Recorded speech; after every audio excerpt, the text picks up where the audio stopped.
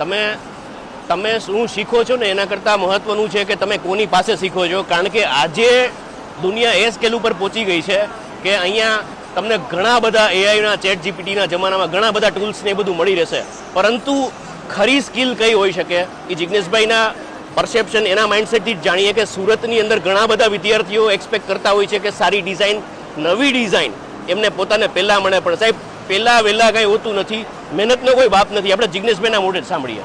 જિગ્નેશભાઈ, તમે કેવી જગ્યાએ શીખો છો એ મહત્વનું છે.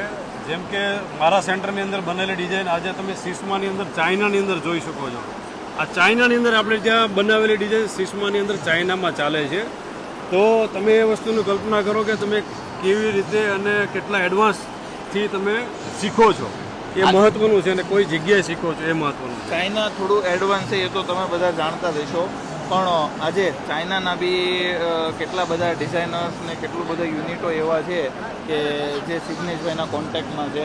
તો અપગ્રેડ કાંઈ પણ કઈ વસ્તુ આવવાની છે, શું કરવાનું છે, કઈ રીતે કામ કરવાનું છે, આમનું નોલેજ બી જિગ્નેશભાઈ પાસે ખાસું એવું છે. આજે ક્રિએટિવિટી છે ને એ કોઈ દિવસ છે ને હોશિયારી નથી. એટલે જિગ્નેશભાઈના કનેક્શનમાં રહેવાથી, એમની પાસે કન્સલ્ટેશન લેવાથી, એમની પ્રોફેશનલ સર્વિસ લેવાથી કે એમની પાસે એજ્યુકેશન લેવાથી સુરતના મિત્રોને એટલું જરૂર કહીશ કે નિરાશ નહીં થાવ અને દુનિયાના જે ટોપ ટ્રેન્ડ્સ છે ને એને તમે એન્ટરટેન કરી શકશો. આજે તમારી પાસે આવડત છે, હુનર છે ને, તો તમારી પાસે કામ રહેશે ને રહેશે જ. થેન્ક યુ જિગ્નેશભાઈ. ઓકે.